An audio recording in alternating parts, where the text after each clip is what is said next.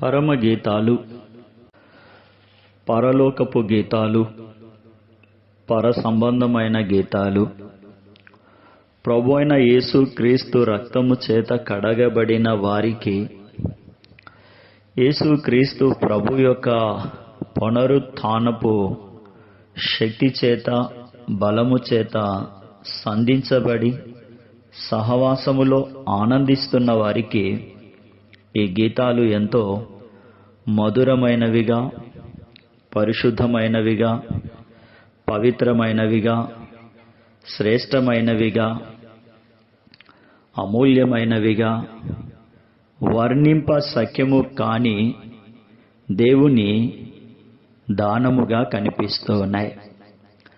ఈ గీతాలే కాకుండా 66 పుస్తకాలు కలిగిన ఈ పరిశుద్ధ గ్రంథములో హెబ్రీలకు రాసిన పత్రిక కూడా ఎంతో ప్రత్యేకమైనదిగా, పాపికి పరలోక రాజ్య ప్రవేశము అనుగ్రహమునకు హేతువుగా ఈ 2 పుస్తకాలు మనకు కనిపిస్తాయి.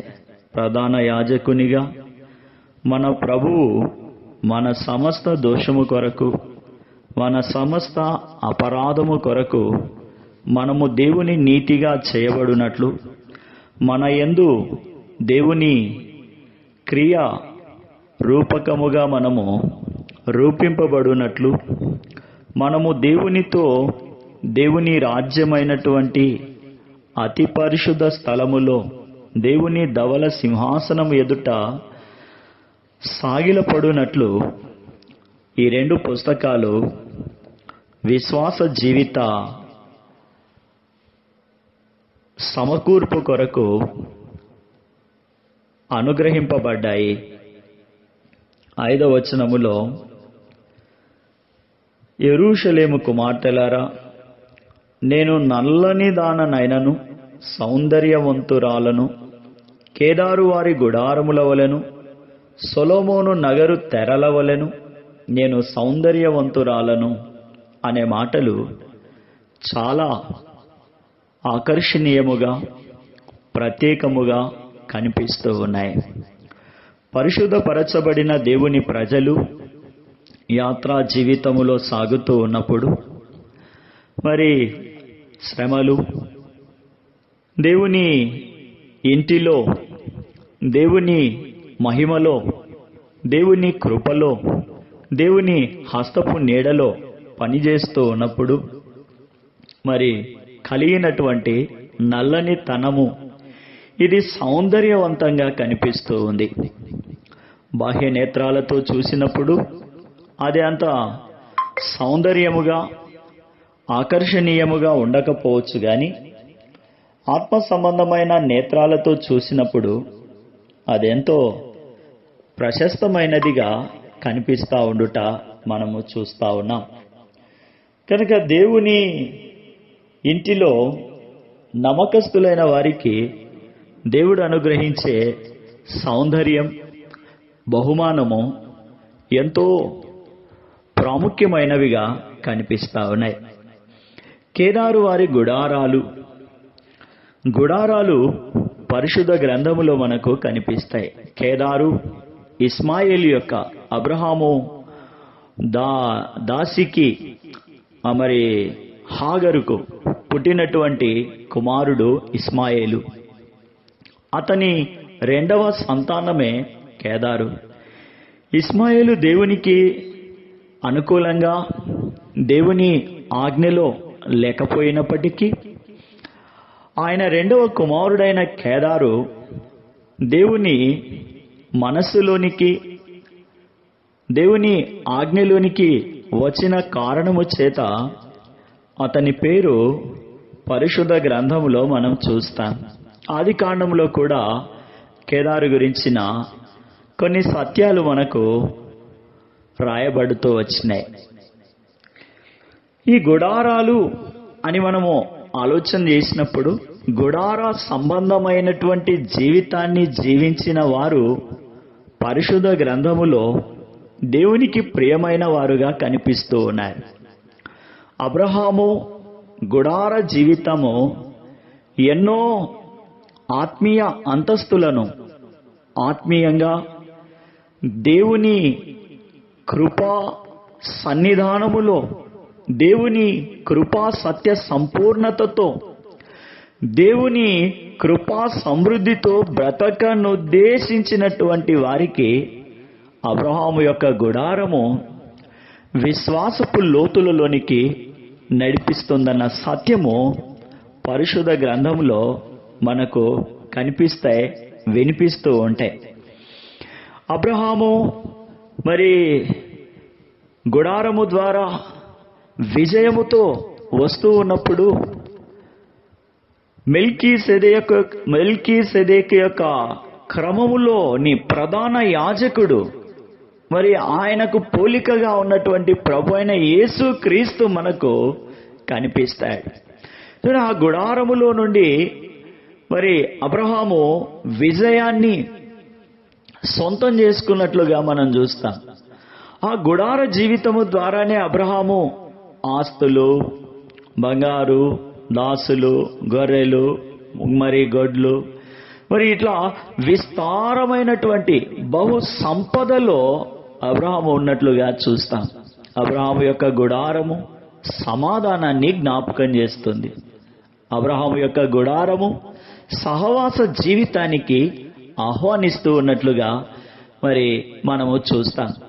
అబ్రహాము యొక్క గుడారములో దేవుని ప్రత్యక్షత, దేవుని కొరకైనటువంటి నైవేద్యము, దేవుని కొరకైనటువంటి అర్పణ మనము చూస్తాం కదా. అబ్రహాము గుడారమే కాకుండా యాకోబు గుడారం కూడా మనకు కనిపిస్తుంది.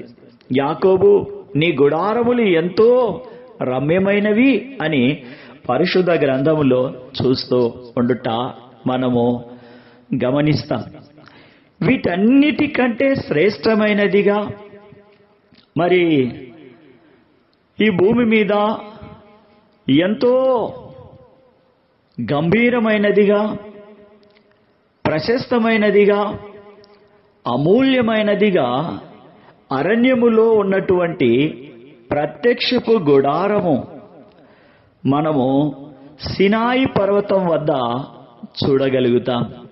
అదే దేవుడు సినాయి పర్వతం మీదికి మోషేను ఆహ్వానించి మోషేకు దేవుని నివాసమును గురించి, ప్రత్యక్ష గుడారమును గురించి అనేక సత్యాలను తెలియజేసి దైవ జ్ఞానము చేత దేవుని నివాసము కొరకు, దేవుని నివాసము మనుషుల మధ్యలో ఉండుట కొరకు నిర్మింపబడిన గుడారము. ఇది దేవుని మహిమను, దేవుని కార్యమును, దేవుని ప్రభావమును, దేవుని ప్రత్యక్షతను, దేవుని ప్రజల యొక్క పరిహారార్థాన్ని సూచిస్తూ ఉంది. 2020వ సంవత్సరములో దేవుడు నాకొక వాగ్దానాన్ని అనుగ్రహిస్తూ వచ్చినాడు. అంతకు పూర్వము కూడా ఇదే వాగ్దానాన్ని దేవుడు నాకు అనుగ్రహించినాడు. 2001వ సంవత్సరములో ఈ వాగ్దానాన్ని నేను దేవుని ద్వారా పొందుకోవడం జరిగింది. ఏంటది అంటే లేవియా కాండము 26వ అధ్యాయము 11వ వచనం. 26వ అధ్యాయము 11వ వచనం. నా మందిరమును మీ మధ్యన ఉంచెదను, మీ యందు నా మనస్సు అసహ్యపడదు. నేను మీ మధ్య నడిచెదను, మీకు దేవుడనయుందును, మీరు నాకు ప్రజలయ్యుందురు. విడుదల పొందినటువంటి ఇశ్రాయేలీయుల మధ్యలో దేవుడు సంచరించడానికి, దేవుడు నివసించడానికి, దేవుడు సహవాసము చేయడానికి ప్రోత్సహింపబడుతూ ఉన్నట్లుగా ఇక్కడ కనిపిస్తూ ఉంది. 2 పర్యాయాలు దేవుడి వాగ్దానాన్ని నాకు ఈవిగా, బహుమానముగా, మహిమ ఐశ్వర్యంగా అలంకరిస్తూ వచ్చినాడు. అయితే ఇక్కడ ప్రాముఖ్యత ఏంటి? ఈరోజు మనము ఈ ప్రత్యక్షపు గుడారము ఎలా ఉంది, అందులో ఉన్నటువంటి దేవుని సమాధానము, దేవుని యొక్క సహవాసము, దేవుని యొక్క ప్రత్యక్షత, దేవుని మహిమ, దైవికమైన స్వరము, ఆ స్వరము విన్నటువంటి వారి జీవితాలలో కలిగిన అపూర్వమైన ఆనందం. అదే పౌలు రాస్తా వచ్చినాడు కదా, చెప్పన సఖ్యము కాని ఆ మహిమాయుక్తమైనటువంటి సంతోషాన్ని మనము చూస్తాం. సీనాయి అరణ్యపు ఎడారిలో ఈ గుడారము నిర్మించబడింది. అంత ఆకర్షణీయంగా ఆ గుడారము బయట నుండి చూసేటటువంటి వారికి మానవ బుద్ధితో, మానవ నేత్రాలతో, మనుష్య జ్ఞానమునకు అంత ఆకర్షణీయంగా, సొగసుగా, మరి ఎలివేషను అంత చక్కగా కనిపించకపోవచ్చు. దూరం నుండి చూసినప్పుడు అదొక సామాన్యమైనటువంటి గుడారంగా కనిపిస్తా ఉంది. ఆ గుడారం యొక్క పొడవు 100 మూరలు, వెడల్పు 50 మూరలు, మరి 180 అడుగుల పొడవు, 90 అడుగుల వెడల్పు మన కొలతలలో ఇవి. గుడారపు పైకప్పు ఆవరణానికి 10 మూరలకు పైగా పైకప్పు, మరి ఆకర్షణీయమైనటువంటి రంగులలో గుడారం అయితే కనిపించదు గాని అది నశించు వారికి వెరితనముగాను, రక్షింపబడినటువంటి వారికి అనగా యేసుక్రీస్తు ప్రభులో విశ్వాసం ఉంచినటువంటి వారికి, యేసుక్రీస్తు ప్రభు నామం అంటే ప్రియముగా ఎంచినటువంటి వారికి, యేసుక్రీస్తు ప్రభు నామములో విశ్వాసం ఉంచాలని ఆశపడుతున్న వారికి దేవుని శక్తిగా, గ్రాహ్యమైనదిగా, ఆకర్షణీయమైనదిగా, మనోహరమైనదిగా కనిపిస్తూ ఉంది. కొరింథీకి రాసిన మొదటి పత్రిక 18వ కొరింథీకి రాసిన మొదటి పత్రిక మొదటి అధ్యాయము 18వ వచనం, సీనాయి అరణ్యములో ఉన్నటువంటి దేవుని గుడారము, ప్రత్యక్షపు గుడారము, ఇది ఎలా ఉంది అనేటటువంటి సూచనను మనకు వివరంగా పౌలు రాస్తూ ఉన్నాడు. అపోస్తలుడైన పౌలు కొరింథీకి రాసిన మొదటి పత్రిక మొదటి అధ్యాయము 18వ వచనాన్ని మనం చదివితే, యేసుక్రీస్తు ప్రభువులో విశ్వాసం ఉంచిన వారికి సీనాయి అరణ్యములోని గుడారము, దేవుని ప్రత్యక్షపు గుడారము ఎంత సొగసైనదిగా, మరి విచిత్రమైనదిగా, బుట్ట పనివాని పనితనము మనకు కనిపిస్తాయి. సిలువను గూర్చిన వార్త, ఆ ప్రత్యక్షపు గుడారము సిలువను జ్ఞాపకం చేస్తూ ఉంది. ఆ సిలువను గూర్చిన వార్త, ఆ ప్రత్యక్షపు గుడారమును గూర్చినటువంటి వీక్షణ, ఆ వార్త నశించుచున్న వారికి వెర్రితనముగాను, రక్షింపబడుచున్న మనకు దేవుని శక్తిగా కదా, రక్షింపబడి విశ్వాసముంచినటువంటి వారికి అది ఎంతో నిత్య జీవపు ఊటగా, సంతుష్టి సహితమైనటువంటిదిగా, క్రొవ్వు మెదడు వలె అహరోను తల మీద నుండి పోయబడినటువంటి ఆ అభిషేక ప్రతిష్ఠిత పరిశుద్ధపరిచే పరిమళ తైలముగా కనిపిస్తా ఉంది. ఎవరికి? రక్షింపబడినటువంటి వారికి. ఎవరికి? యేసుక్రీస్తు ప్రభువులో విశ్వాసం ఉంచినటువంటి వారికి. ఎవరికి? లోకము చేదుగా కనిపిస్తున్నటువంటి వారికి, ఎవరికి? దేవుని వాక్యము, దేవుని కట్టడ, దేవుని విధి, దేవుని సన్నిధి, సహవాసము అపేక్షించేటటువంటి వారికి దేవుని శక్తిగాను, దేవుని కృపగాను, దేవుని స్వాస్థ్యముగాను, దేవుని బహుమానముగాను, దేవుని బల సంపన్నతను నిరూపిస్తూ ఉంది కదా. ఇందు విషయమే దేవుడు జ్ఞానుల జ్ఞానమును నాశనము చేసి వివేకుల వివేకమును శూన్యపరిచి వెర్రితనము కలిగిన వారిని, రక్షింపబడినటువంటి వారిని కదా 23వ వచనంలో చూస్తాం. అయితే మేము సిలువ వేయబడిన క్రీస్తును ప్రకటించుచున్నాము. సిలువ వేయబడిన క్రీస్తును వింటున్నాం కదా. 3 మేకులు కూడా పీక్కోలేని ఆయన దేవుడు ఎలా అవుతాడు అని మూర్ఖంగా వెర్రితనముతో పిచ్చెక్కి మాట్లాడుతున్నటువంటి వారి గురించే.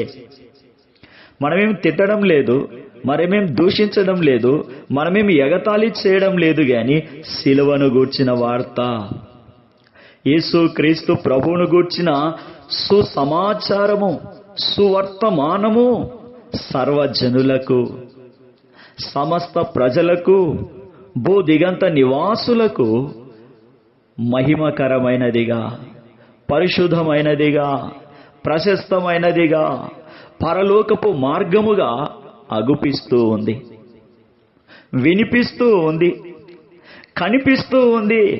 ఆ దారిలో నడిచి నశించిపోకుండా నిత్య జీవపు వెలుగులో జీవించాలని కోరబడుతున్నాం. దూరము నుండి చూసేటటువంటి వారికి ఆ శిలువ ఒక మొద్దులాగా, వికారముగా కనిపిస్తూ ఉంది. అయితే ఆ ఆవరణములోనికి, ఆ నీడలోనికి, ఆ స్థలానికి సమీపించినప్పుడు దేవుణ్ణి గూర్చిన గూఢమైన సంగతులు, మనుష్య జ్ఞానమునకు, మానవ తెలివికి, మానవ మేధస్సుకు, మానవ హృదయమునకు గోచరము కాని అనేక సంగతులు, దేవుని మాటలు వివరింపబడుతూ ఉన్నాయి, బహిర్గతమవుతూ ఉన్నాయి కదా.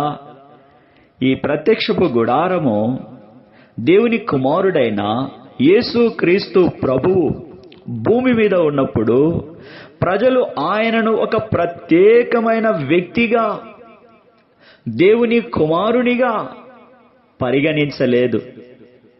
సమస్తము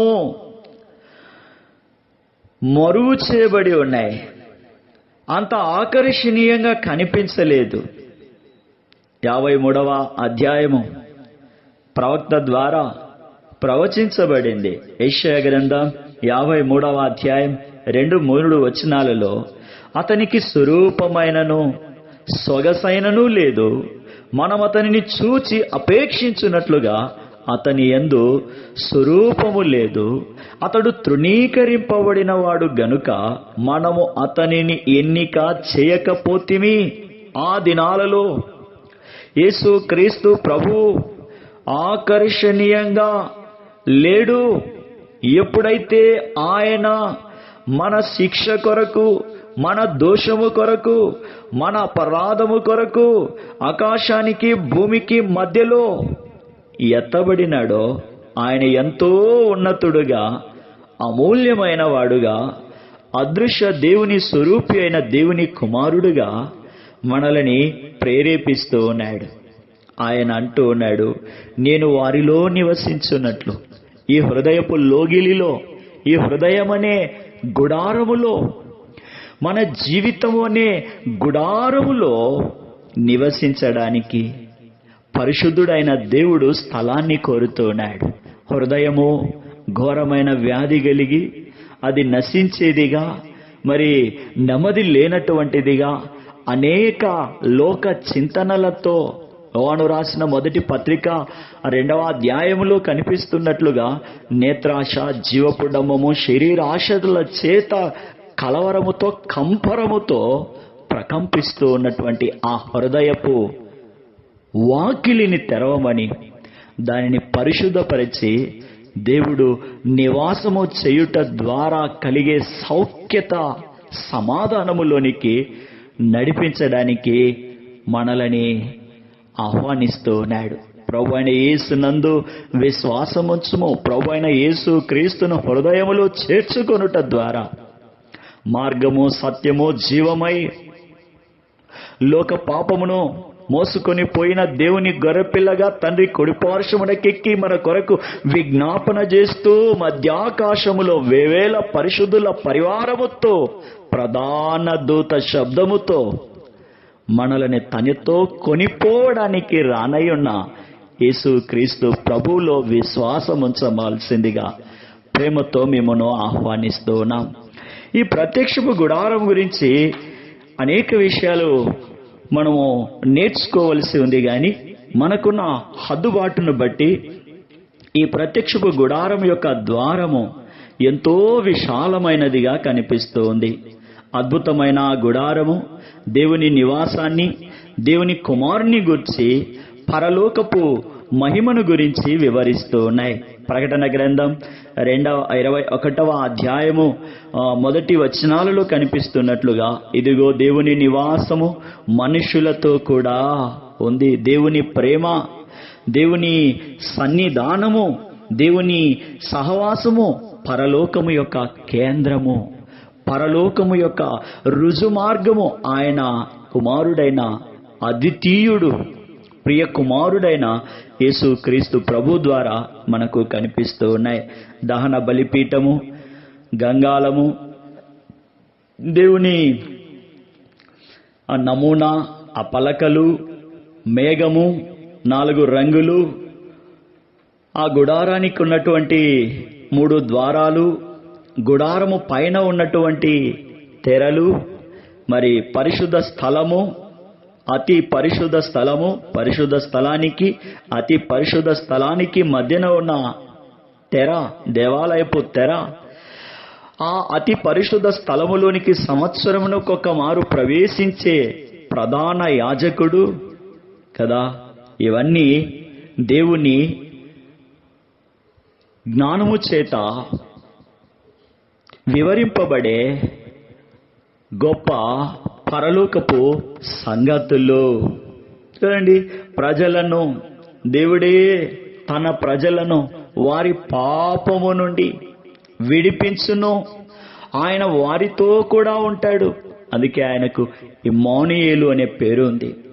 ఆయన ప్రేమామయుడు. ఆయన ప్రేమ మనము ఎన్నటికీ అర్థం చేసుకోలేక, ఆ ప్రేమను అనుభవించలేక అనేక ఆటంకాల చేత కొట్టుమిట్టాడుతూ ఉన్నాం. యోనా దేవుని ప్రేమను అర్థం చేసుకోక వేరొక మార్గములో దేవుడు సూచించి, దేవుని దృష్టి కలిగినటువంటి, దేవుని ఆలోచనతో, దేవుని ఉపదేశముతో నడిపింపబడవలసిన మార్గానికి వ్యతిరేకమైనటువంటి మార్గాల్లో ప్రయాణిస్తూ ఉన్నప్పుడు గొప్ప తుఫాను, సముద్రపు తుఫాను, ఆ యొక్క తుఫానుకు భయకంపితుడై దేవుని ఆజ్ఞకు లోపడ్డాడు. అయితే ఎలాంటి అపాయము జరగలేదు, ఎలాంటి నష్టము జరగలేదు. కనుక మన జీవితములో కనిపిస్తూ, మనకు వినిపిస్తూ, మనల్ని కలవరపెట్టుతూ ఉన్నటువంటి ఈ తుఫానుల వంటి శ్రమలను, పోరాటాలను, వీటన్నిటి నుండి మనము బయట పడవేసే సమాధానకరమైన మార్గమే యేసు క్రీస్తు ప్రభువు. కనుక అది శాశ్వతమైనదిగా, నిత్యపు వెలుగు కలిగినటువంటిదిగా, మరి సులువైనదిగా, తేలికైనదిగా మనకు కనిపిస్తా ఉంది కదా. అందరూ కూడా ఆ విశాలమైనటువంటి మరి గుడారము యొక్క ద్వారాన్ని చూస్తా ఉన్నారు. మన పాపములను బట్టి దేవుడు మరి ఆయన మార్గముగా చేయబడుతూ వచ్చినాడు. వెలపట్టు నుండి చూచినప్పుడు అది కొద్దిగా కనిపిస్తా ఉంది. మరి సంకుచితంగా కనిపిస్తా ఉంది. అయితే ఆ మార్గములో ఇష్టపడి మనోవాంఛగలిగి నడిచినప్పుడు అదెంతో విశాలమైనదిగా, సౌఖ్యమైనదిగా, సంతోష సమాధాన గృహపు మార్గముగా కనిపిస్తూ ఉంది. అయితే జ్ఞాని అయిన సొలొమోన్ అంటాడు, నేడు మన జీవితాలలో మన కన్నుల ఎదుట అనేక మార్గాలున్నాయి. అయితే ఇవన్నీ తుదకు మనలని నాశనమునకు, అగ్నిగుండమునకు, పాతాళమునకు నడిపిస్తాయని, ఈ మార్గములలో మనము కలిగి ఉన్నటువంటి, దేవునికి వ్యతిరేకంగా మనము కలిగినటువంటి, దైవ ఆజ్ఞకు వ్యతిరేకంగా యోనా కలిగి ఉన్నటువంటి మార్గాలు ఎన్నో మన జీవితంలో మన ఎదుట, మన కన్నుల ఎదుట ఉన్నాయి. లోతు కన్నులెత్తి చూచినప్పుడు ఆ మార్గము, ఆ స్థలము, ఆ ప్రదేశము, ఆ ఊరు, ఆ సహవాసము ఎలా కనిపించిందంటే ఏదైనా తోటలాగా, దేవుని చేత సృజించబడిన, దేవుని చేత నాటబడిన తోట వలె కనిపించింది. ఎంతో సుందరంగా, ఆకర్షణీయంగా, రమ్యముగా ఇది భౌతిక నేత్రాలకు కనిపించేది. అయితే దేవుని నివాసము, దేవుని మార్గము అలా ఉండదు. లోనికి వెళ్ళినప్పుడే ఆ రమ్యత, ఆ సౌందర్యము, ఆ మనోహరత్వము, ఆ యొక్క దేవుని నివాసము ద్వారా కలిగే ఆ వెలుగును, ఆ జీవాన్ని మనము అనుభవిస్తాం. అదే మనకు తిమోతికి రాసిన మొదటి పత్రిక 2వ అధ్యాయము 3-4 వచనాల్లో రాయబడి ఉంది. తిమోతికి రాసిన మొదటి పత్రిక, తిమోతికి రాసిన మొదటి పత్రిక 2వ అధ్యాయము 3-4 వచనాలు చూస్తాం. ఇది మంచిదియు, మన రక్షకుడు దేవుని దృష్టికి అనుకూలమైనదియునై ఉన్నది. ఆయన మనుషులందరూ రక్షణ పొంది సత్యమును గూర్చిన అనుభవ జ్ఞానము గలవారై ఉండవలనని ఇచ్చేయించుచున్నాడు. ఆ గుడారములోనికి ఇచ్చేయించు వారు ఎవరైనాను రావచ్చు. ప్రకటన 22:17లో రాయబడినట్లుగా ఆ గుడారములోకి అందరికీ ఆహ్వానం ఉంది. ఆ గుడారములోనికి అందరికీ పిలుపు ఉంది. అయితే కొందరు నిర్లక్ష్యం చేస్తూ నిద్రపోతా ఉన్నారు, కునుకు తీస్తా ఉన్నారు, మరి సొంత పనులలో నిమగ్నమైపోయి ఉన్నారు. ఇచ్చేయించు వానిని రమ్మని ఆహ్వానిస్తూ ఉన్నాడు. ప్రవేశము ఉచితం కదా, జీవజలము ఉచితముగా దప్పి తీర్చుకొనడానికి, నెమ్మదిగా ఉండడానికి, కుదురుగా ఉండడానికి ఆ యొక్క ద్వారములో మనము పిలువబడుతూ ఉన్నాం కదా. దేవుని కోరికగా మనము చూస్తూ ఉన్నాం. అది ఆ ద్వారంలో ప్రవేశించడం సులువు. అక్కడ ఎలాంటి ఎంట్రన్స్ ఫీజు లేదు, ఎలాంటి అడ్డు లేదు, ఎలాంటి ఆటంకము లేదు, ఎలాంటి ఫ్లాప్ బ్యారియర్స్ లేవు, ఎలాంటి మరి సిలికాన్ చేత అమర్చబడినటువంటి తలుపులు లేవు. అది ఉచితం, తెరవబడి ఉంది. ఇచ్చేయించు వానిని లోపలికి ఆహ్వానించడానికి, జీవ జలపు ఊట యొద్దకు తీసుకుని వెళ్ళడానికి అక్కడ ఉచితమైనటువంటి ప్రవేశము కనిపిస్తా ఉంది. ఆ ద్వారము కర్రతో గాని లోహంతో గాని చేసినటువంటిది కాదు. 20 మూరల పొడవు, 5 మూరల ఎత్తు కలిగినటువంటి ఒక తెర అక్కడ కనిపిస్తా ఉంది. ఆ తెరను దాటుకొని మనం వెళ్ళవచ్చు. అందరికీ, యువకులని, వృద్ధులని, యవనస్తులని, పిల్లలని, స్త్రీలని ఏ భేదము లేదు, అందరికీ ఆహ్వానం ఉంది. ఆ ద్వారము పేరే యేసు క్రీస్తు ప్రభు. నేనే ద్వారమును, నా ద్వారా ఎవడైనాను లోపల ప్రవేశించవచ్చు. నా ద్వారా ఎవడైనా లోపల ప్రవేశించిన యెడల వాడు రక్షింపబడతాడు, వాడు జీవజలపు ఊట యొద్దకు చేర్చబడతాడు, వానికి జీవవృక్షపు హక్కుదారునిగా ముద్రింపబడతాడు. ఆయన ద్వారానే, యోహాను సువార్త 10వ అధ్యాయం 9వ వచనంలో చూస్తాం, ఆయన ద్వారానే మనము లోపలికి ప్రవేశించబడతాం, రక్షింపబడతాం. ఎఫెసీయులకు రాసిన పత్రిక 2వ అధ్యాయం 18వ వచనంలో తండ్రి యొద్దకు ప్రవేశించేటటువంటి భాగ్యం ఉంది.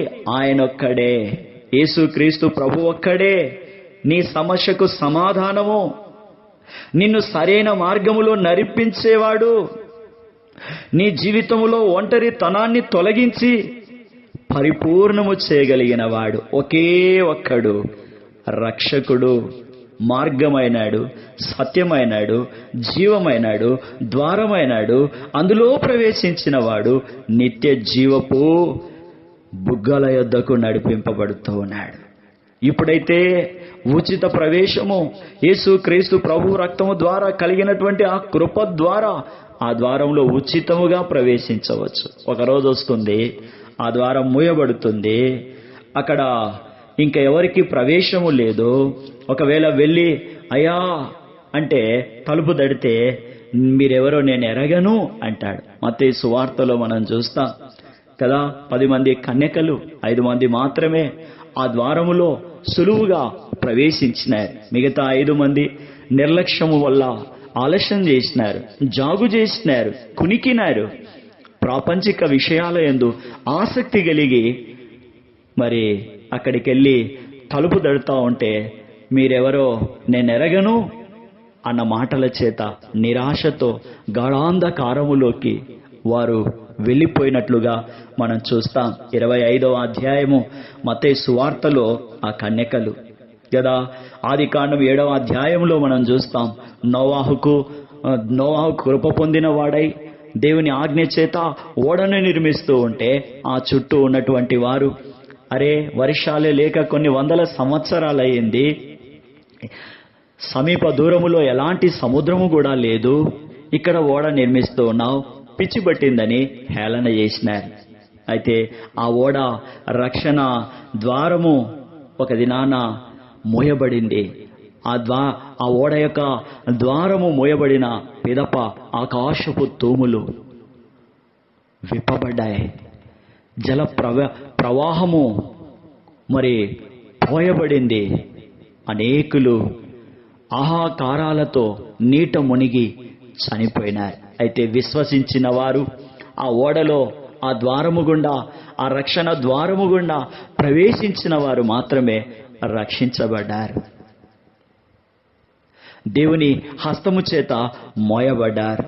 కాబట్టి మరి విందుశాలలోనికి, జీవజలపు బుగ్గల యొద్దకు, జీవజలపు ఊట యొద్దకు, జీవజలము యొద్దకు, జీవ వృక్షము యొద్దకు, ధవల సింహాసనం యొద్దకు నడిపింపబడాలనే ఆశ నీకు ఉంటే ఇప్పుడే ఇదే అనుకూల సమయం, నేడే రక్షణ దినం.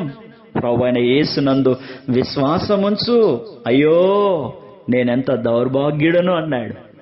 పూర్వము దూషకునిగా, హింసకునిగా, హానికరునిగా ఉంటేనే, దేవుణ్ణి దూషిస్తుని, దేవుణ్ణి ఎగతాళి చేస్తుని, దేవుణ్ణి నిందించి తిని, దేవుని ప్రజలను కొట్టినాను, అవమానించినానే. అయ్యో నేనెంత దౌర్భాగ్యుడను అంటాడు పౌలు కదా. ఒక దినాన నీవు నేను కూడా అయ్యో నేనెంత దౌర్భాగ్యుడను, నా కళ్ళ ముందా నా కళ్ళ ఎదుట, నా ఇంటి వద్ద, నా ఎదుటే యేసుక్రీస్తు ప్రభువే పరలోకపు మార్గమని, గుమ్మమని, యేసుక్రీస్తు ప్రభు ద్వారానే పరలోకమని వినిపించినాయే, నాకు చూపించినారే, నాతో మాట్లాడినారే. అయ్యో హృదయములో చేర్చుకోకపోతేనే, ఆలకింపకపోతేనే, ఆ కరపత్రికలను, పరిశుద్ధ గ్రంథాలను చింపి నేల పడవేస్తేనే, హేళన చేస్తేనే, అవమానిస్తేనే అని పటపట పళ్ళు గొరుకుతూ కేకలేస్తూ, అయ్యో ఆ బాధ, ఆ వేదన, ఆ దుఃఖము బహు బాధాకరము, విచారకరము. కనుక ఆ భయంకరమైనటువంటి ఆ వెలుపల ఉన్నటువంటి మరి ఆ చీకటిలోనికి, ఆ అంధకారములోనికి నువ్వు వెళ్ళకూడదనే యేసుక్రీస్తు ప్రభు అనే మార్గములో నిన్ను పరిశుద్ధపరిచి రక్షణ అనే వలయమును, దుర్గమును ఏర్పాటు చేసే ఆవరణములో, దేవుని ప్రణాళికలో, దేవుని వెలుగులో, దేవుని ప్రేమలో మరి ఆయన నిన్ను ఆహ్వానిస్తూ ఉన్నాడు. మరి నీ విషయం ఏంటి? ఆలోచన చేస్తున్నావా? ఇప్పుడైనా యేసుక్రీస్తు ప్రభు యొక్క ప్రేమ చేత, యేసుక్రీస్తు ప్రభు యొక్క సత్యము చేత, యేసుక్రీస్తు ప్రభువును గూర్చిన మాటల చేత ఆకర్షించబడ్డానికి ఆవరణపు ద్వారములో ఉన్నటువంటి ఆ గుడారములో ప్రవేశించి పాపము నుండి పరిశుద్ధతలోనికి యేసుక్రీస్తు ప్రభు ద్వారా శ్రమలో నుండి నిబ్బరములోనికి నడిపించబడ్డానికి నీ హృదయం అనే ద్వారము తెరవాలని కోరబడుతున్నావు. నీ కొరకు వధింపబడి ఆ బలిపీఠం మీద, ఆ శిలువ మీద చిందినటువంటి ఆ రక్తము నిన్ను పరిశుద్ధపరుస్తుంది, నిన్ను పవిత్రపరుస్తుంది, నిన్ను మనల్నందరినీ కూడా దేవుని వెలుగులోనికి, సత్యములోనికి తీసుకెళ్తుంది. యోహాను సువార్త 10వ అధ్యాయం 17వ వచనంలో రాయబడింది కదా, నేను నా ప్రాణమును పెట్టుచున్నాను, ఇందువలననే నా తండ్రి నన్ను ప్రేమిస్తూ ఉన్నాడు. ఆయన మన కొరకు బలి అయి, ఆయన మన కొరకు చేతులు జాపినాడు కనుక మనము అందులో ప్రవేశించుట ద్వారా మన పాపమునకు ప్రాయశ్చిత్తం ఉంది. హెబ్రీయులకు రాసిన పత్రిక 10వ అధ్యాయము 4వ వచనాన్ని గమనిస్తే, ఎడ్ల యొక్కయు మేకల యొక్కయు రక్తము పాపములను తీసివేయుట అసాధ్యం, తన అతిక్రమములకు పరిహారము నొందినవాడు. దావీదు రాస్తాడు, తన పాపమునకు ప్రాయశ్చిత్తము నొందినవాడు ధన్యుడు అని. కాబట్టి పాప క్షమాపణ, శిలువలో మరణించిన యేసుక్రీస్తు ప్రభువునందు విశ్వాసముంచడం ద్వారానే పాప క్షమాపణ. హెబ్రీ 9:12 చదువుతాం, ఈయనైతే యుగముల సమాప్తి యందు తన్ను తానే బలిగా అర్పించుకొనుట వలన పాప నివారణ చేయుటకై ఒకసారే తన్ను తాను అర్పించుకున్నాడు. నిత్య విమోచన దేవుడి కుడి పార్శ్వమందు ఆసీనుడైనాడు. భూ సంబంధమైన యాజకుడు కాదు ఈయన, పరలోక సంబంధమైన ప్రధాన యాజకుడు. జంతు బలుల ద్వారా కాదు, దేవుని రక్తము ద్వారా మనము దేవుని రాజ్యములో ప్రవేశిస్తాం కదా. అట్టి ఆధిక్యతలోనికి మనం కోరబడతా ఉన్నాం. ఏం కోరుతా ఉన్నాడు? మారు మనసు పొందమంటా ఉన్నాడు. మన పాపములను మనం ఒప్పుకొన్నాడలా ఆయన నమ్మదగిన వాడు, నీతిమంతుడు గనక ఆయన మన పాపములను క్షమించి సమస్త దుర్నీతి నుండి మనలను పవిత్రులుగా చేస్తాడని విశ్వసించినప్పుడే ఆ శాంతి, ఆ సంతోషము, ఆ యొక్క నిత్య జీవాన్ని మనము అనుభవిస్తాం. ఈ గుడారానికి పైన మనకు 4 రంగులు కనిపిస్తూ ఉన్నాయి. అవేంటివంటే నీల, ధూమ్ర, రక్త వర్ణపు రంగులు కనిపిస్తూ ఉన్నాయి. ఈ 4 రంగులు 4 సువార్తలకు పోలికగా కనిపిస్తూ ఉన్నాయి. ఈ 4 సువార్తలలోని యేసుక్రీస్తు ప్రభువును ప్రతిబింబిస్తూ ఉన్నాయి. ప్రత్యక్షపు గుడారము యొక్క తెరలు తెలుపు, నీలి, ధూమ్ర, రక్త వర్ణాలతో పేని అల్లిక పనిగా చేయబడ్డాయి. ఈ రంగులు సున్నితంగా పరిశీలిస్తే దేవుని వాక్యాన్ని, యేసుక్రీస్తు ప్రభువును పరిపూర్ణంగా మన ఎదుట సాక్షాత్కరింపజేస్తూ ఉన్నాయి. 4 సువార్తలు 4 కోణాలు 4 రంగులుగా ప్రత్యక్షపు గుడారము మీద కనిపిస్తూ ఉన్నాయి. మొట్టమొదట తెలుపు రంగు, తెలుపు పరిశుద్ధతను, యేసుక్రీస్తు ప్రభు యొక్క పరిశుద్ధతను, యేసుక్రీస్తు ప్రభు యొక్క ధవల సింహాసనాన్ని, యేసుక్రీస్తు ప్రభు యొక్క నీతిని, యేసుక్రీస్తు ప్రభువు నారబట్టలు ధరించిన వాడై మరణమును జయించి సాతాను యొక్క తలను చిరగదొక్కి మరణమును, మరణపు ముళ్ళును విరగ్గొట్టి మరణపు శాసనమును, పాపపు రుణపత్రాన్ని సెలవులో మేకులతో దిగ్గొట్టి తండ్రి కుడి పార్శ్వమునకెక్కిన యేసుక్రీస్తు ప్రభువును ఈ తెలుపు వర్ణం జ్ఞాపకం చేస్తూ ఉంది కదా. ఆ ప్రభువునందు విశ్వాసం ఉంచుట ద్వారా ఆయన ప్రధాన యాజకుడిగా మనకు విజ్ఞాపన చేస్తూ ఉన్నాడు. ఆ ప్రభువులో విశ్వాసం ఉంచడం ద్వారా మనము పరిశుద్ధులముగాను, నీతిమంతులముగాను, సత్యవంతులముగా చేయబడతాం కేవలం విశ్వాసం ఉంచడం ద్వారా. రెండవదిగా నీలిరంగు.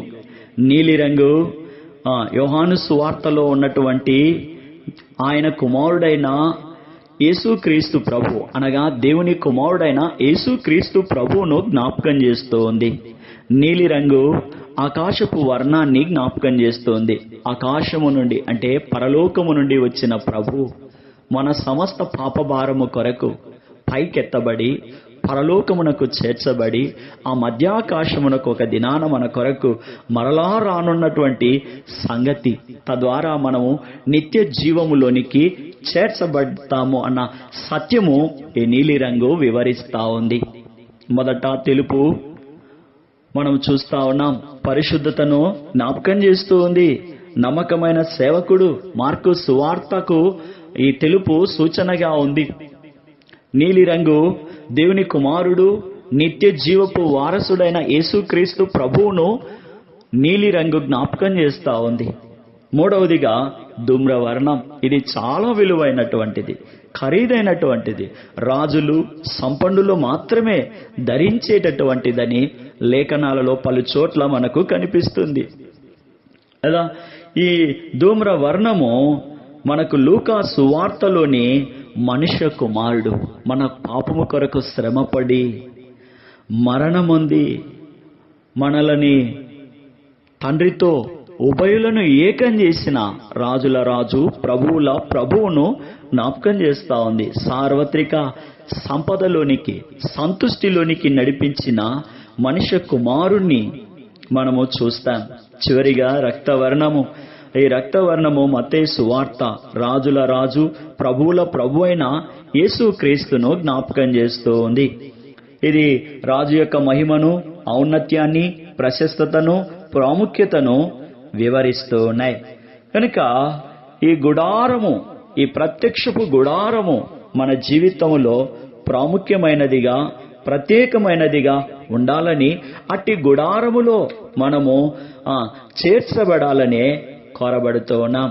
సంఘము ఇక్కడ చెప్తా ఉంది, యెరూషలేము కుమార్తెలారా, దేవుని చేత ఏర్పాటు చేయబడి ప్రత్యేకించబడి దేవుని స్వాస్థ్యమైనటువంటి ప్రజలారా, మేము అన్యులమని, నలని వారమని మీరు అనరాదు. మేము మరి యేసు క్రీస్తు ప్రభు, దేవుని కుమారుడైన యేసు క్రీస్తు ప్రభు రక్తము చేత ఎంతో ప్రత్యేకమైన వారముగా ఏర్పాటు చేయబడ్డాం. అవే కేదారు వారి గుడారాలను జ్ఞాపకం చేస్తూ ఉంది. ఈ కేదారు వారి గుడారాలు చూచుటకంత చక్కగా సౌందర్యంగా ఉండకపోవచ్చు గాని లోపట ఈ కేదారు వారి గుడారాలు ఎంతో ప్రత్యేకమైనవిగా, రమ్యమైనవిగా మనకు కనిపిస్తాయి. కేదారు గుడారాలు ఎంతో మరి వాటి గురించి మనము దేవుని వాక్యంలో కూడా చూడవచ్చు కదా. అబ్రహామును పిలిచి ఆశీర్వదించినాడు. మరి వారిని దేవుడు తన ఇల్లంతటిలో నమ్మకమైన వారిగా చేసుకున్నాడు. మరి వారిని దేవుని ఇంటిలో మరి మూల స్తంభాలుగా, పునాదులుగా ఆయన నిర్మించినాడు. అది ఈ కేదారు గురించి ఆదికాండం 25వ అధ్యాయం 13వ వచనంలో చూస్తాం. ఈయన ఇస్మాయిల్ యొక్క రెండవ కుమారుడు అని. ఇస్మాయిల్ శాపగ్రస్తుడైతే ఆయన రెండవ కుమారుడు దేవుని దీవెన పొందినాడు. మరి దేవుని కృపచేత కోటలు, కొన్ని గ్రామాలు, ఫలవంతమైన భూములను దేవుని కృప ద్వారా పొందినాడు. అంటే శాపగ్రస్తత నుండి విడుదలను పొందినాడు. మనం కూడా యేసు ప్రభునందు విశ్వాసం ఉంచితే నిత్య రాజ్యములో, ఈ లోక యాత్రలో కాపాడబడి నిత్య రాజ్యములో మనము చేర్చబడతామని జ్ఞాపకం చేయబడతా ఉన్నాం. యెషయా గ్రంథం 21వ అధ్యాయము 7వ వచనములో, 21వ అధ్యాయము యెషయా గ్రంథం 21వ అధ్యాయము 7వ వచనం. 21వ అధ్యాయం 7వ వచనం. జతలు జతలుగా వచ్చు రౌతులను, వరుసలుగా వచ్చు గాడిదలను, వరుసలుగా వచ్చు ఒంటెలను అతనికి కనబడగా అతడు బహు జాగ్రత్తగా చెవియొగ్గి నిదానించి చూచును.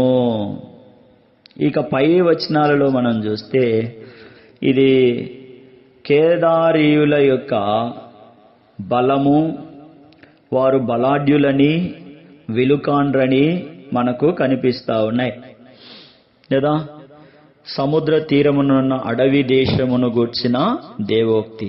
దక్షిణ దిక్కున సుడిగాలి విసురునట్లు అరణ్యము నుండి భీకర దేశము నుండి అది కఠినమైన వాటిని చూపుచున్న దర్శనము నాకు. మోసము చేయవారు మోసము చేదురు, దోచుకొనువారు దోచుకొందురు. ఎలాము బయలుదేరుము, మాద్య ముట్టడి వేయుము, వారి నిట్టూర్పంతయు మాన్పించుచున్నాను.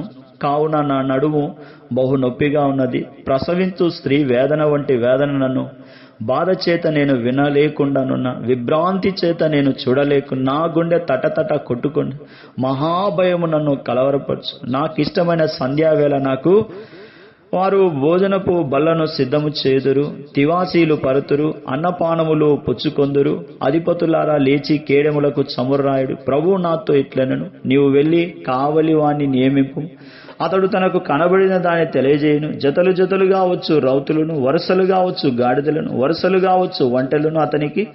అతడు బహు జాగ్రత్తగా చెవియొగ్గి నిదానించి చూచును. సింహ గర్జించినట్లు కేకలు వేసి, నా ఏలినవాడ, పగటి వేళ నేను నిత్యమును కావలి బురుజు మీద నిలుచున్నాను, రాత్రంతయు కావలి కాయుచున్నాను. ఇదిగో జతలు జతలుగా రౌతుల దండు వచ్చుచున్నది అని చెప్పాను. బబులోను కూలెను, దాని దేవత విగ్రహాలన్నిటినీ ఆయన నేలను. కదా కెదారీలు ఎంత బలాఢ్యులో, వారి యొక్క విలు ఎంత గంభీరమైనవో మరి ఇక్కడ చూస్తా ఉన్నాం. వీటన్నిటికంటే శ్రేష్టమైన బలవంతుడు మన ప్రభువు.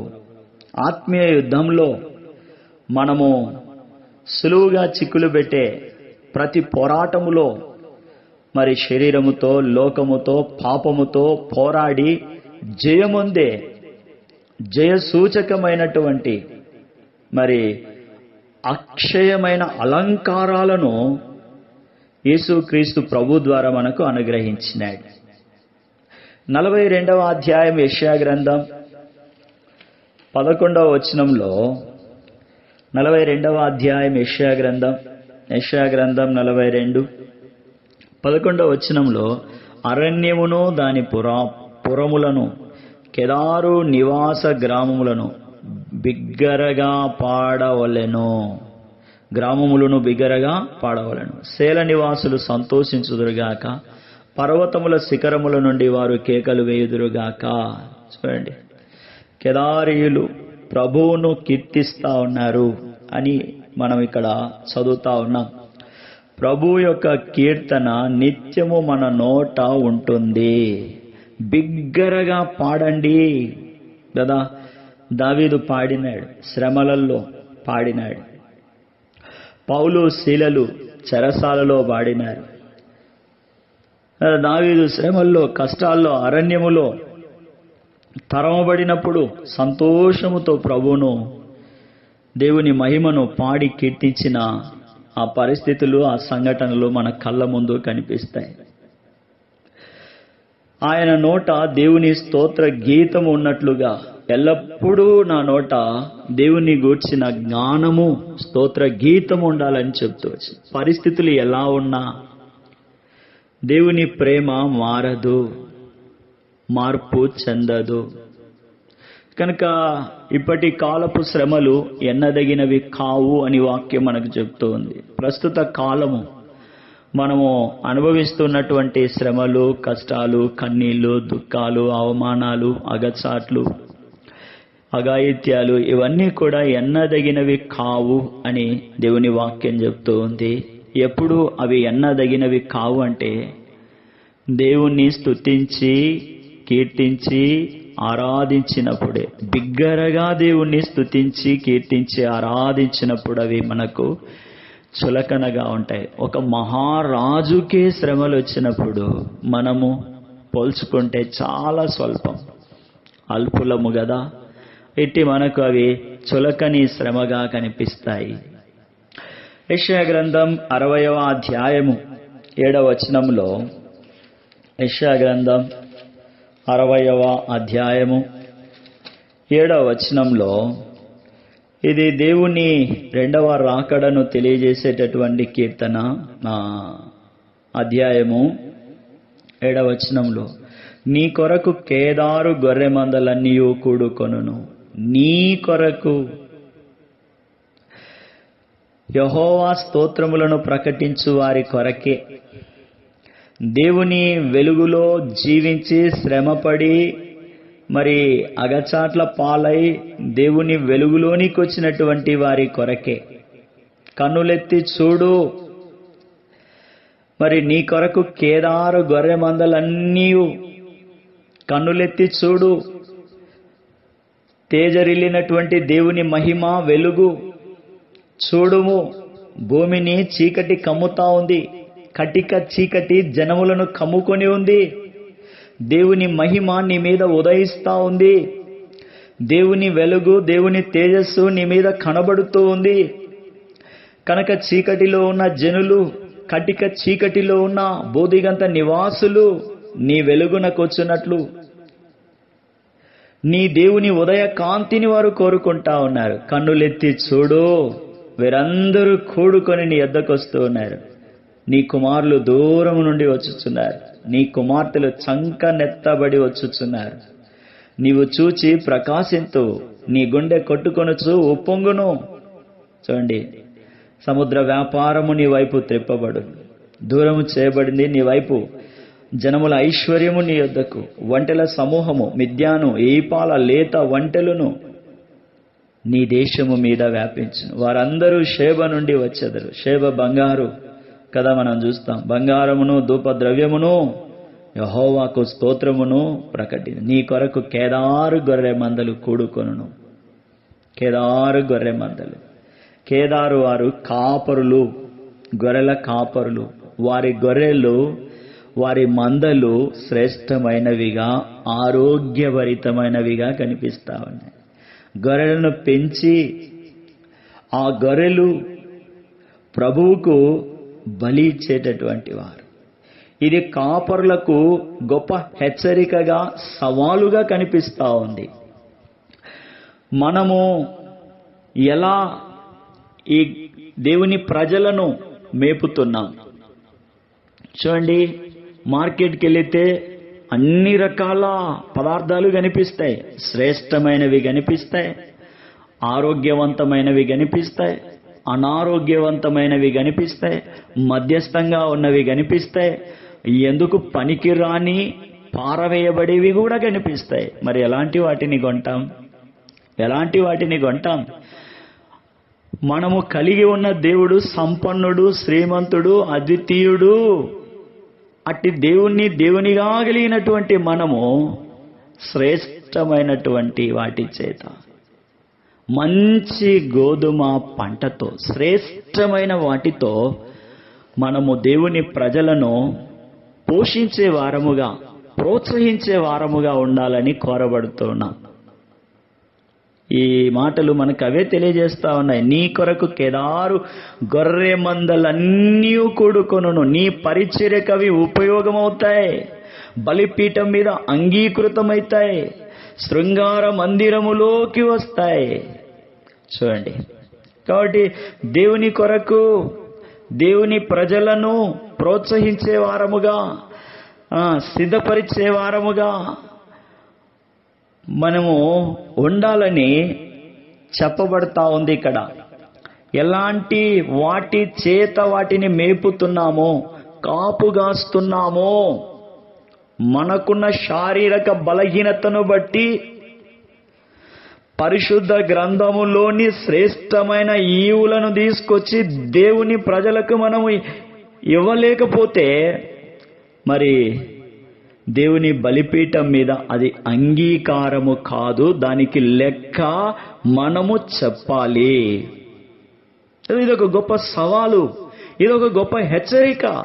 పరిశుద్ధ గ్రంథములోని శ్రేష్ట ఈవులను తీసుకొనడానికి ఎలాంటి ద్రవ్యం అవసరం లేదు. కొంత సమయం కేటాయించాలి, కొంత సమయం కేటాయించాలి. గొప్ప గొప్ప దేవుని సేవకులు, దేవుని జత పనివారు, దేవుని ఇంటిలో నమ్మకంగా ఉన్నటువంటి వారు, దేవుని పరిచర్య కొరకు పరుగు తీసిన వారు, దేవునితో సహవాసం చేసి ఆ శ్రేష్టమైన వాటిని తీసుకొచ్చి పెట్టడం వల్ల అంగీకృతమయ్యి ఆ పరిచర్య భూ దిగంతముల వరకు విస్తరించింది. నేడు అలాంటిది మనము కలిగి ఉన్నామా? లేకపోతే చాలా సులువు. దేవునితో గడిపితే చాలు, దేవునితో గడిపితే చాలు. యుక్తి కుయుక్తి అవసరం లేదు. దేవునితో సహవాసం గడిపితే, అదే కీర్తన 119వ కీర్తన కదా, పరిశుద్ధ గ్రంథం అంతటిలోకెల్లా పెద్ద కీర్తన కదా. నేను నీ ఆజ్ఞలను, నీ శాసనములను, నీ కట్టడలను నేర్చుకుంటూ ఉన్నాను, ధ్యానిస్తూ ఉన్నాను గనుక నా బోధకుల కంటే, నా సేవకుల కంటే, వృద్ధుల కంటే విశేషమైన జ్ఞానము అని కీర్తనాకారుడు రాసినాడు. 119వ కీర్తన 97, 98, 99, 100, 98, 99, 100 ఈ 3 వచనాల్లో మనకు కనిపిస్తుంది విశేషమైన జ్ఞానం, వృద్ధులను మించిన జ్ఞానం. నీ ఆవరణములో ఉంటారు కదా, అనుభవంతో జ్ఞానం కలిగిన వాళ్ళు ఉంటారు.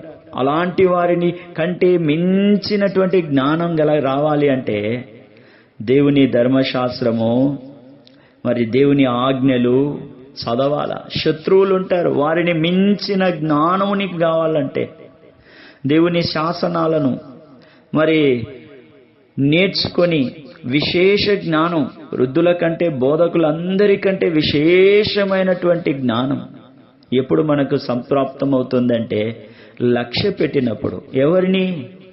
ఎవరిని కవర్లను కాదు, ఎవరిని దేవుని ఉపదేశమును, దేవుని శాసనమును, దేవుని ఆజ్ఞను, దేవుని కట్టడను చూడండి మీరు. తర్వాత 119వ కీర్తన 98, 99, 100 వచనాలలో దేవుని ఆజ్ఞలను ధ్యానించి ఆచరించి అనుసరిస్తే శత్రువులకు మించిన జ్ఞానం. ఈరోజు మనకు మరి రోజు రోజుకు శత్రువులు పెరిగిపోతున్నారంటే కారణం ఆలోచన చేయి. మనము దేవుని శాసనాలను నేర్చుకోవడం లేదు, పాటించడం లేదే అని. రెండవదిగా దేవుని ఆజ్ఞలను మనము ధ్యానించడం లేదని. బోధకుల కంటే విశేష జ్ఞానం మనకు ఎందుకు లేదు అంటే మనం దేవుని శాసనాలను ధ్యానించడం లేదు, దేవుని ఆజ్ఞలు మనకు నిత్యం తోడుగా మరి ఉండేటట్లుగా మనము జీవించడం లేదు, మరి దేవుని ఉపదేశాన్ని మనం లక్ష్య పెట్టడం లేదు. Self agenda. ఒక సంఘం ఉంది, ఒక గుంపు ఉంది, ఒక సహవాసం ఉంది. ఏదైనా ఒకటి తీసుకోవాలా, చేయాలన్నప్పుడు వాళ్ళు కొద్దివారు కానీ, గొప్పవారు కానీ, తెచ్చేవాళ్ళు కానీ, తేని వాళ్ళు కానీ, ఎవరైనా కానీ కూర్చొని ప్రార్థన చేస్తే తప్పకుండా మనం లక్ష్య పెడితే తప్పకుండా ఈ 3 వచనాలలో రాయబడిన పరలోకపు అంగీకృతమైన అనుగ్రహ ఐశ్వర్యం యేసుక్రీస్తు ప్రభువులో మనకు ఈవిగా బహుమానముగా లభిస్తుంది కదా. ఇట్లా ఎన్నో సత్యాలు మనకు కనిపిస్తా ఉన్నాయి. అదే పరమగీతాలు 1వ అధ్యాయము మరి 5వ వచనములో కేదారు వారి గుడారముల వలెను, ఇంకా సొలొమోను నగరు ఆ తెరలు మనము ఇంకా అంత అద్భుతంగా ఆయన నిర్మించినాడు, దైవ జ్ఞానము పొంది నిర్మించినాడు కదా. కేదారీలో వాళ్ళు వర్తకులు, మరి ఆత్మలను సంపాదించే వాళ్ళముగా మరి వీళ్ళంతా కూడా ఏం జరిగిందంటే దేవుని తీర్పులోనికి వచ్చినారు, సరిగా ఉండలేదు. ఇర్మియా గ్రంథం 49వ అధ్యాయం ఈ మాట చదువుకొని మనం ముగించుకుందాం. ఇర్మియా గ్రంథం 49వ అధ్యాయము 28వ వచనం. బబులోను రాజైన నెబుకద్నెజరు కొట్టిన కేదారును గూర్చి, హసోరు రాజ్యములను గూర్చి యెహోవా సెలవిచ్చిన మాట: లేచి కేదారునకు వెళ్ళుడి, తూర్పు దేశస్థులను దోచుకునుడి, వారి గుడారములను గొర్రెల మందలను శత్రువులు కొనిపోదురు, తెరలను ఉపకరణములను ఒంటెలను వారు పట్టుకొందురు, నఖముఖాల భయమని వారు దాని మీద చాటింతురు. చూడండి, కలహ ప్రియులుగా కనిపిస్తా ఉన్నారు. ఇంతవరకు ఆత్మీయంగా విశ్వాస యాత్రకు మార్గదర్శకులుగా ఆత్మీయ జీవిత ఎదుగుదలకు ప్రోత్సాహకాలుగా కనిపించిన వాళ్ళు ఇప్పుడు